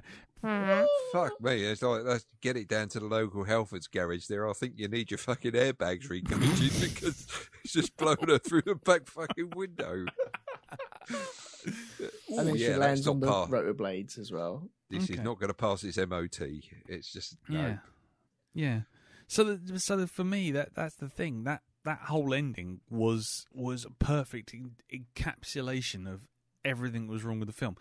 Too overlong, too melodramatic, focusing on the wrong things, thinking you care when you don't, and like fucking Grandad gets shot, and you're like, is he Grandad or is he a commander? What's the deal with that guy? He's Commander Grandad. Yeah, exactly. I don't know anything about this guy beyond the fact that he's completely nuts and he thinks he's talking to someone on a broken fucking radio. Ah, but he was though, wasn't he? He was talking to Commander Jane all along because that's who turned up. So I was wondering whether it'd be there's a revealed that twist. he was the original commander of the unit had been deposed by the young whippersnapper. Well, that would have been Before it interesting. went though, Jim. yeah, no. Yeah, I mean that was something that was in my mind. It was like, what is the significance of this guy? Because he really does absolutely fuck all in the entire film. It was just he was right at the end, and meanwhile, flute solo. Exactly, Jazz flute. jazz flute. I mean, come on. I mean, the physics of this film was just beyond belief. I mean, don't go there. Just don't. Come on, this is a film that relies on realism when it needs the plot to move along, right? Okay. As it was pointed out to me earlier with the suicide scene, right? Mm-hmm. I was talking to Rhea about it. She went, well, if you were about to commit suicide, you'd probably be a bit thing about it, and you'd be, take your time. It's like, no, hold on, this is requiring realism. Okay, did you watch the car chases? Because no, you can't bring in realism. But I mean, into this now. Okay, but then It's also an action film. It was even the silly things like the that Weasley camp commander, camp commander, who magically manages to be in exactly the right place at the right time at the end. But not only that, he loses control of the hostage situation in the truck car park, and there are two people staring at him with guns at their feet. He loses his gun after shooting Grandad. Grandad fucking shoots back at him, and in the time it takes for this guy to drop his gun, run about 100 yards to the truck, get in the truck, start the truck. These two fuckwits that are supposedly our heroes couldn't step forward one step and pick up their machine gun. Mm. But again, it's done in that kind of really overblown kind of, the music goes, oh, and you think this is supposed to mean something to someone. Someone's supposed to feel emotion at this point. All I'm thinking is, why is there three people with fucking machine guns and not a single fucker wants to pick this up and lets this guy literally get into a truck, start the truck, and drive away in a truck with no weapons, and yet somehow no one's thought, you know what, maybe I should shoot him. Oh no, he's got away. It's like, oh God. Anyway, what about the how are we feeling about the car chases in general? Oh, come on, Elton. I know you'd probably have something to say about this. Right. Go on. Car chases really piss me off. As I said before, it shows you that it is cheaper to get. I'm guessing it was cheaper to get CGI landscapes and cars. It felt like I was watching a Hot Wheels commercial, because there were moments, I think, as you said, Darren, where a car would be stopped. I think the truck was stopped. So you got this hefty truck laden with money and food and materials and stuff like that. It stopped. You have pursuers coming up towards you. It accelerates, and then they're just level with each other. It just doesn't make any sense. There was no realism there whatsoever at all. And we come back to that again. It just didn't feel right. But I think after the first one, I kind of accepted it and thought, okay, right, they're going this way. They've already gone this way. I'm going to have to accept this. Otherwise, I'm going to have to turn this off. And so I went with it. Now, I didn't mind it. It looked cheesy as hell. And I wouldn't want to see it every single time I watched a movie at all. I want to see the realism. I want to see the real cars getting bashed around. These cars just took a licking and kept on ticking, didn't they? Because they just kept getting bashed up and everything like that, but it didn't really affect them whatsoever. And then all of a sudden, old Mad Max comes out with these spikes on his wheels. You're like, oh, really? You're doing that now? You could have done that an hour ago, and it might have been a bit more interesting, because then you could have built the world up around that. But no, it just seems I didn't really enjoy any of them at all. There were nice little moments, as I said, with the headlights, but it's all CGI, and so really, I'm sat there. It's like the Kong and the Godzilla fight, or Pacific Rim. It's just CGI battles, which I can't really get into. Yeah, I mean, just you bringing up Kong and Godzilla thing. The only thing I would say is, I mean, apart from the fact that, you know, the budget of Kong and Godzilla was about 20,000 times more than the budget of this, but the thing with that is that that's probably the difference between a good director and someone just leaving their visual effects team to sort of play around. Yeah. Because, you know, like I say, I'm not the greatest fan of those Godzilla movies, but you watch that fight in Hong Kong and you know what's going on. You know where it's going. You can feel the weight of things happening. These car chases had zombies flying all over the place, like balloon people. It looked like a tech demo for fucking Half-Life. But it's also a question of tone as well. I mean, in a kaiju movie, you're in a cartoon universe. That's the conventions of that genre. It's not the real world or anything close to it. If you watch the original Japanese Godzilla films, part of the canon is that there is a hollow earth. There are 8 people from the past time travelling to fuck with us. There are aliens who fly around in flying saucers and wear silver foil suits in the most, cartoon fashion. That's kind of the texture and tone of that kind of storytelling. You know what I mean?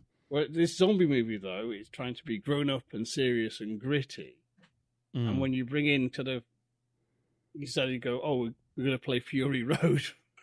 The car chase, it feels a bit kind of like, all right, that's a bit of a gear change. And if you don't do a dirty, gritty car chase, you've got like a tonal clash there. Yeah, I mean, it's that is absolutely it. I mean, I think when you've got a gigantic 600-foot high monkey fighting a 700-foot high nuclear lizard, I think you've already said bets are off. But when you're talking about like just regular cars chasing regular vans, you're already into a situation which is a bit more recognizable. It's a bit like that thing I always had the problem with Lord of the Rings when it first came out, which is, you know how a camera works, you know how cameramen work, you know how a camera can go up in the air and it can fly in a straight line and it can move around a bit. But when you've got the camera literally flying under a bridge, over a bridge, following 6,000 crows, spinning around like someone's put it on a piece of string and thrown it around their head, and then it zooms in from outer space right into Christopher Lee's face, and he just goes, "Excellent." You go, what the fuck was that all about? And you're just like, it's just completely unrealistic. And your brain just goes, no, that's just no. And it's the same with these car chases. You know how a car works. You know how a van works. And so when that van was pulling some of those sort of handbrake stops to let like racing cars shoot past, or when it was mounting piles of zombies, that was the thing that got me. It was like, I've seen enough Top Gear to know that if you go down into a ditch of mud about less than half a foot deep, you're stuck. Yeah. If you're up to your fucking arse in dead bodies and slime and sludge and decomposing mass, I can't imagine that just putting it in reverse after about a second will get you out of it and you can carry on whizzing off like fucking extra in Mario Kart. That's a bit like your brain immediately just goes, nope, I'm not having that. Nope. But yeah. Oh God. I have to ask, right? I mean, this will probably, affect Elton as well, probably more than anyone else, because Elton deals with health and safety. In his He's regular our basis. health and safety man, aren't you, Elton? Yes. So I have to ask Elton. Were you as shocked as I was, or should I say, quite dismayed by the lack of health and safety at the beginning of the film when there's an infected on the frickin' boat? I mean, come on. Aren't you supposed to be checking these people for things like bites and stuff like that, before That you should have let them been... on? That's a the thing is- checkbox not done, isn't it? Yeah. Well, the thing is, in the last year's taught us anything, that's eminently believable. Yeah. That's very true. We have no fucking room to talk on that score. Like one infected person on a boat in a massive zombie outbreak. Yeah. Is anyone They're watching our universe going, look at those fucking dickheads in that movie. Yeah, they can't even put a thermometer, electronic thermometer from a distance on someone walking through the gates at Heathrow at the moment. All they're doing is slapping a $500, a 5,000 quid fine on them. It's like, yeah, can you imagine Train to Busan in our universe? It'd be like, oh, Train to Dartford. Yeah, exactly. Cheap day return. Yeah, train to Clapham Junction. I mean, it's just like, yeah, how did we not see these zombies get through? There's like they're all crawling through going, while some lady goes, please enjoy your stay. Welcome to England, stamping the fucking passport as they're walking through.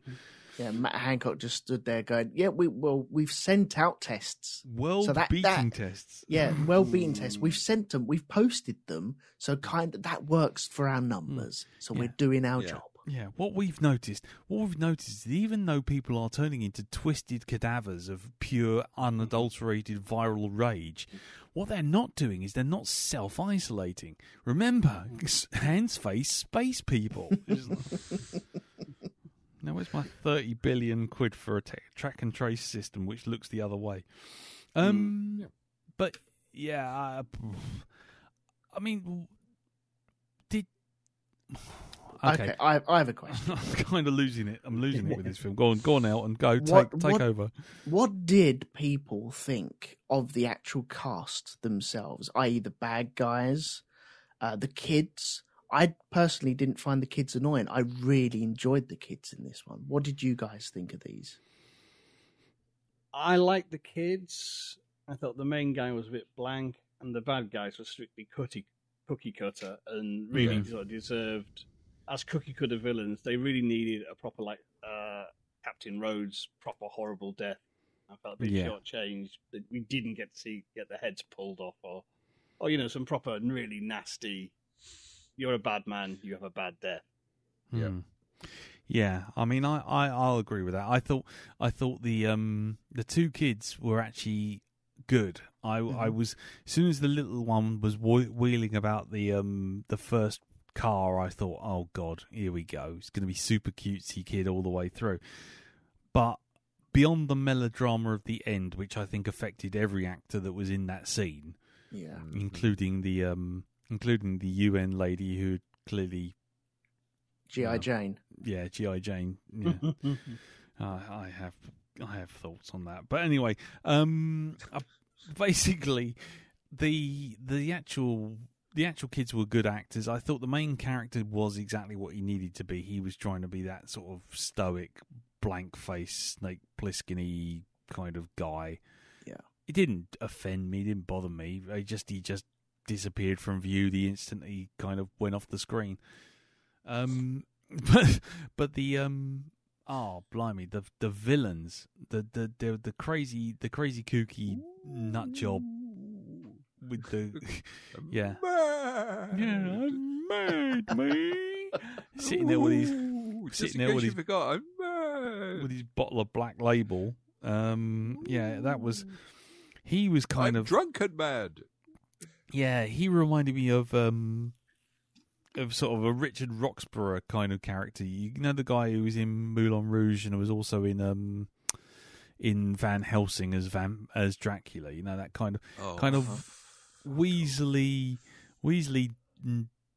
douchebag. You know, it would have been if it was made over here in the US or the UK. Richard Roxburgh would have been that character, or who else? Julian Sands, someone like that would have been, in there. And he just didn't strike me as a threat all the way through. And then right at the end, when he's sort of holding the kid hostage, I'm just like, I don't believe you as an actor or that character at all.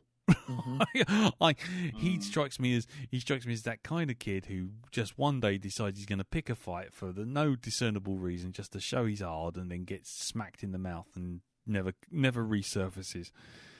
And as for the other bloke, the fucking general or sergeant or whatever he was, he might as well have had a fucking Captain Hook, a hat and a fucking stuffed parrot and a fucking eye patch and some twizzly moustache going, "Rah, kids, rah!" Sort of, he's behind me. No, I'm a villain, Do Rah. you require a knife and fork for you, or you just want to take slices of that scenery and eat it with your hand? I think he got an all-you-can-eat buffet scenery edition. He was bloody awful.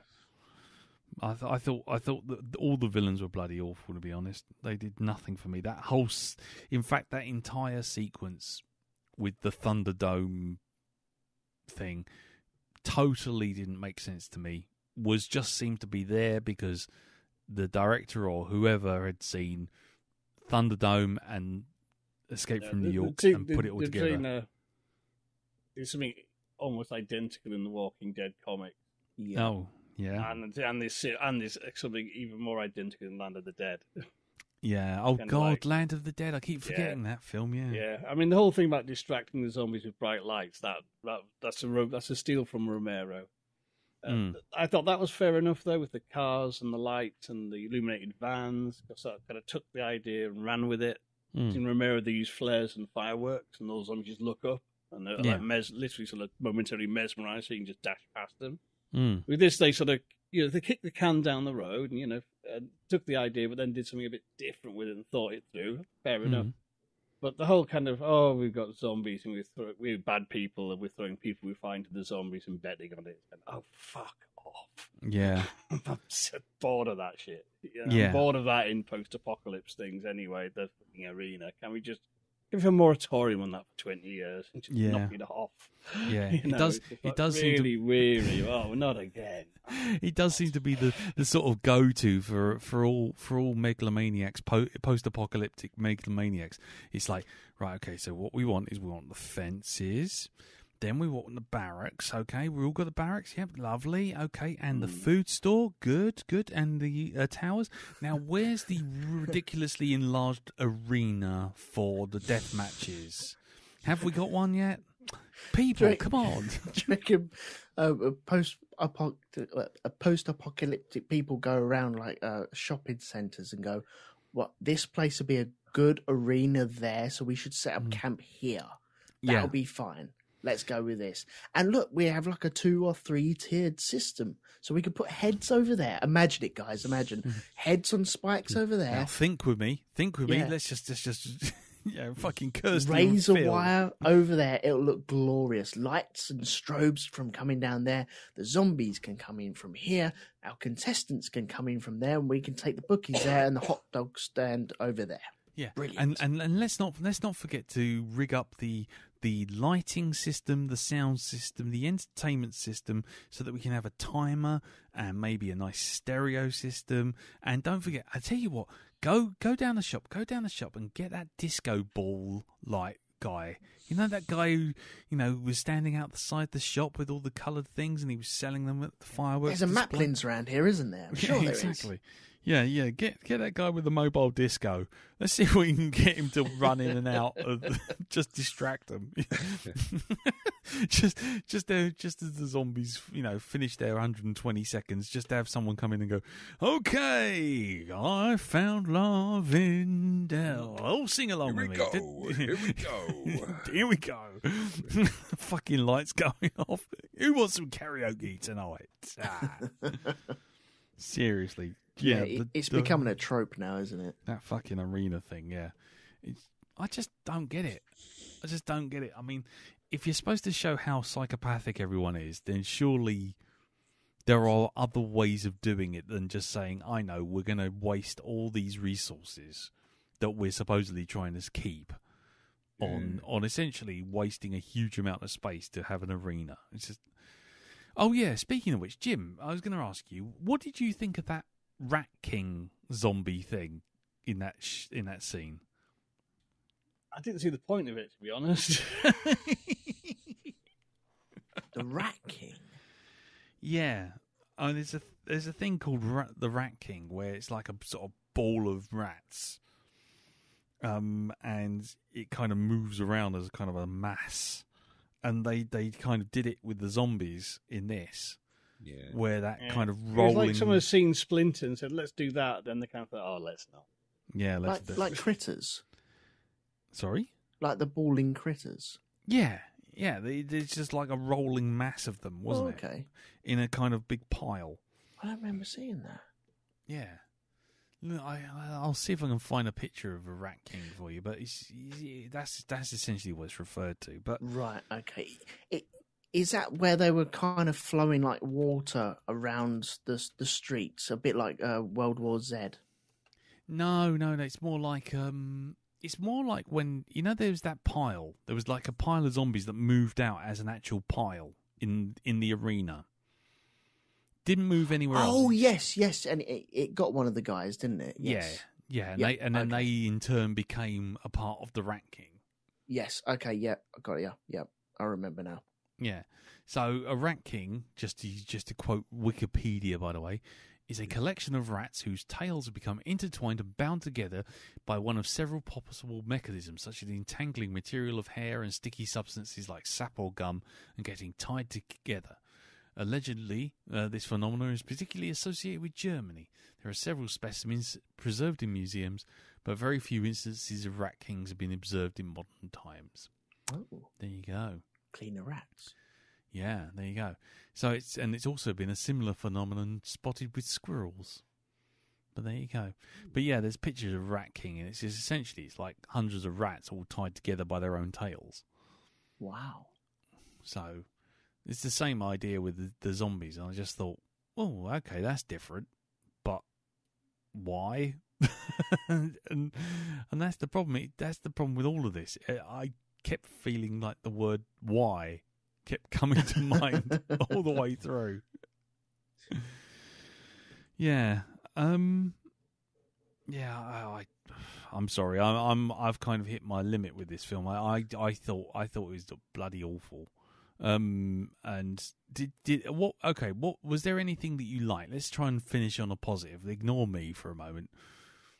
Was there anything that you took away from this that was positive? Like the opening. I like Chekhov's train, subway, zombie glass corridor. Yeah, that was good also. Okay, you like that as well, Dal? Yeah. Yeah, the plot device. I'm just going to put that right there. That's handy. Yeah. Okie dokie. And what about you, Elton? Was there a particular bit that you did like? Anything I liked? I think it was. I really like the cast. I really like the kids in them. I think they fitted in very well, and the family dynamic, like the mum, like the hero, to a certain extent. Chasing after money, though, I know they're forced into it. I like the way that they got shot at the very end, or the guy that tried to nick all the money got shot at the very end. That was a nice little twist, and then the boat got boarded. We kind of expected that to get overrun, which I liked as well. There's little bits here, there, and everywhere, but I'm more interested in what they're actually going to do next, because they've done the train, now they've done the Peninsula.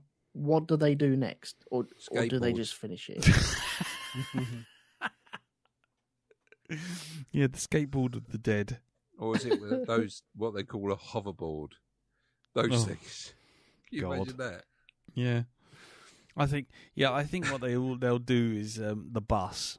A bus of the dead. The bus of the dead. Uber. Bendy bus. Bendy Uber bun. of the dead. Yeah, Uber of the dead. They Or- could call them zombies or something. Yeah, that's it. Yeah. Deliveroo of the dead. Ding Online dong. meeting of the dead. Sorry? Online meeting of the dead. That's it. Yeah, And yeah. the zombies. Yeah. Yeah. You're on mute. Oh, never mind. Never mind. Okie dokie. Any last thoughts before we wrap it up? Nah. Nah, I'm all right. Nah. God bless you. All right then. Yeah. So overall, bit of a meh movie. My last thoughts are: if you like Train to Busan, stay the fuck away from this film. That would be my last thoughts. That would be my passing thought. I couldn't have shouted "oh fuck off" more if I tried when they got to that whole sequence at the end with the fucking Chinook. And yeah. Anyway, so right, we'll leave that. So it's time to find out what we're going to be doing next week. Peninsula, by the way, is on Amazon Prime if you dare to check it out. But I wouldn't. I got much better things to do, like trying to shave my toenails. So let's move on to what we're going to be doing next week. So Jim, it's your turn to pick. So what are we doing? Well, originally I had an animal-themed battleships grid. Oh, okay.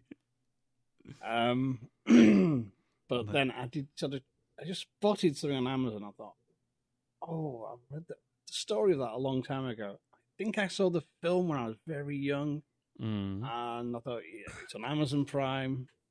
It's from the mid-'60s. Ooh. It was an influence on Austin Powers. It was also an influence on The Running Man. Oh. And it's the 10th Victim. 10th Victim? Yes, it's 1965 or 66. Right. Italian-American production starring Ursula Andress and lots of other film stars du jour. Right. About a future where the biggest sport in the world is basically someone's turned loose and assassins hunt him down. Oh, okay. And you win big prizes if you can outwit the assassins. Okay. Right. Well, that sounds interesting. I guess it's got all the hallmarks of a 60s sci-fi. Is everyone in silver spandex or? Oh no, it's a bit more kind of 5 minutes in the future, judging from the stills I've seen and what I think I'm pretty sure I've seen. It is kind of it is more that kind of it's a futuristic swinging 60s rather than Buck Rogers. Okay. Tinfoil a go-go. Okie dokie. Well, I'll be honest with you. I've never heard of this film before in my life, so this will be interesting. So I'm looking forward to seeing it. Always good to get a new one. Anyone else? Darren, have you heard of this before? Never. Okay. And Elton? No, I haven't. Okay. So Jim? this story is the foundation stone for this kind of future sports where assassins hunt people down, more or less. Nice. Okay. Right. Okay. So it's a kind of sort of following on from he kind of influenced things like the Hunger Games and Death Race and all that kind of stuff. Yeah? Oh, absolutely. Yeah. So. Okay. Consider me intrigued. Now all I've got to do is try and find a poster for it to stick on the Black Dog Facebook group. Okay, so, we shall check this out. The film is, as Jim's rightly just pointed out, 10th Victim, and that's on Amazon, yeah? It is indeed. Okay. I'm kind of almost intrigued by your battleships animals thing, though. Keep that to one side. Yeah, I've got the file safe. Good. Yeah. I don't know what that could end up with, as long as it's not Marley and Me. But anyway, we have birds, cats, foxes, Oh. And Pokemon. Bears. Bears. Oh, my Lord. Okie dokie. Right. Okay, well, maybe we'll come back. We'll definitely come back to some of them, I imagine. Right, so there you go. The 10th Victim, ladies and gentlemen. A 1965 movie, which is on Amazon. We shall all be investigating this film together, I feel. Have you actually, you say you've seen this a long time ago, Jim? I think I saw it on TV many, many years ago. Right.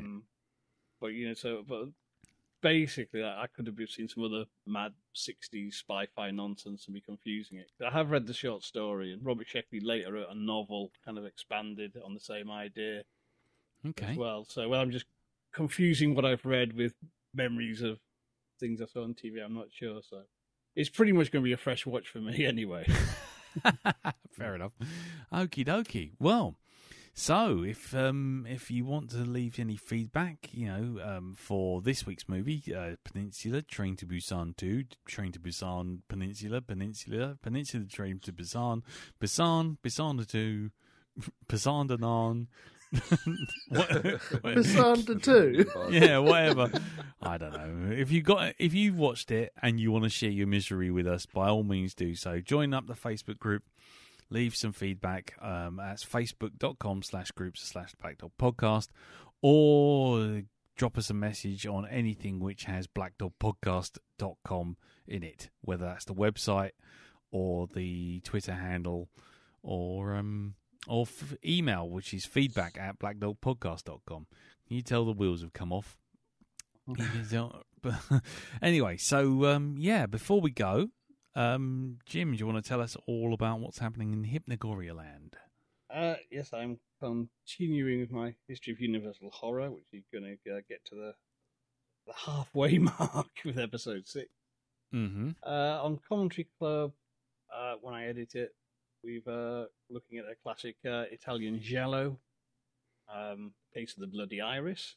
Okay. And there'll be another ghost story from investigator Mr. Flaxman Lowe on my reading show, unless I change my mind and do Dracula's Guest. Okie dokie. Well, there you go. Lovely. Okie dokie. And Elton, what about you? What's happening over at Shonky Lab? Shonky Lab, I haven't got another episode ready just yet, but I will hopefully get around to doing something very soon. Just because of what's been going on in real life, etc. Yeah. I mean, getting an exorcist in for your cupboard and your TVs is going to be hard work, really. It is, yes. Thank you very much for reminding me of that. No worries. And, I'm sure I have a bit of spare time in the future as well. Lovely. But, what else? Into the Expanse, I know we're going to be releasing a feedback episode very, very soon. If you want to go over there and listen to that. And People Driving Around in Circles is always pretty good if you like people driving around in circles. Well, if you've watched Peninsula, you will. Yeah, there you go. There you go. Corporate synergy. Nice. Cool. Okie dokie. Darren, you on anything, in anything? Been Just anywhere? Lots of drugs. I don't know. Anything. Nice. Crack, Lovely. smack, you name it. Crack and smack. All right then. Well, nothing else for me. If you're here, you're listening to the only thing I do. So, congratulations. So, thank you very much for listening. And so that's it. Do get involved with the Black Dog playlist, by the way. It's still going strong on the Facebook group. You can also find it over on the Black Dog Podcast YouTube channel, which is, if you feel like it. So just go to YouTube/channels/Black Dog Podcast. You'll find us. It's always being updated and added to, and thank you to everyone who's taken part in that so far. It's been really cool. And and also thank you to Jack Woodgate, who's taking all of the playlist and he's now assembling the same playlist on Spotify. So if you've got Spotify and you don't want to just watch YouTube channel with 1,000 adverts in between every word, then head on over to Spotify and again look for the Black Dog Podcast playlist. It will be it will be easy to see if you go to the Facebook group because it's got a link there. But I think you can search for it on playlist anyway. So so keep that coming. Keep the stories coming as well. It's really interesting to read the stories with some of the people's backstories with some of these music tracks. And we shall see you all next week. Where we will be watching and reviewing the 10th Victim. So, until then, thank you, Jim. Thank you, Darren. Thank you, Elton. No problem. You're welcome. And we shall see you all next time. Till then, take care, stay safe, and tatty bye. Bye-bye. Bye-bye. Ta-da. There's a voice that keeps on calling me. Down the road, it's where I'll always be. Every stop I make a new friend. Can't stay for long, just turn around and I'm gone again. Maybe tomorrow I'll wanna settle down. Until tomorrow, I'll just keep moving on. Get out of the booth, Jack. No, I like it in here.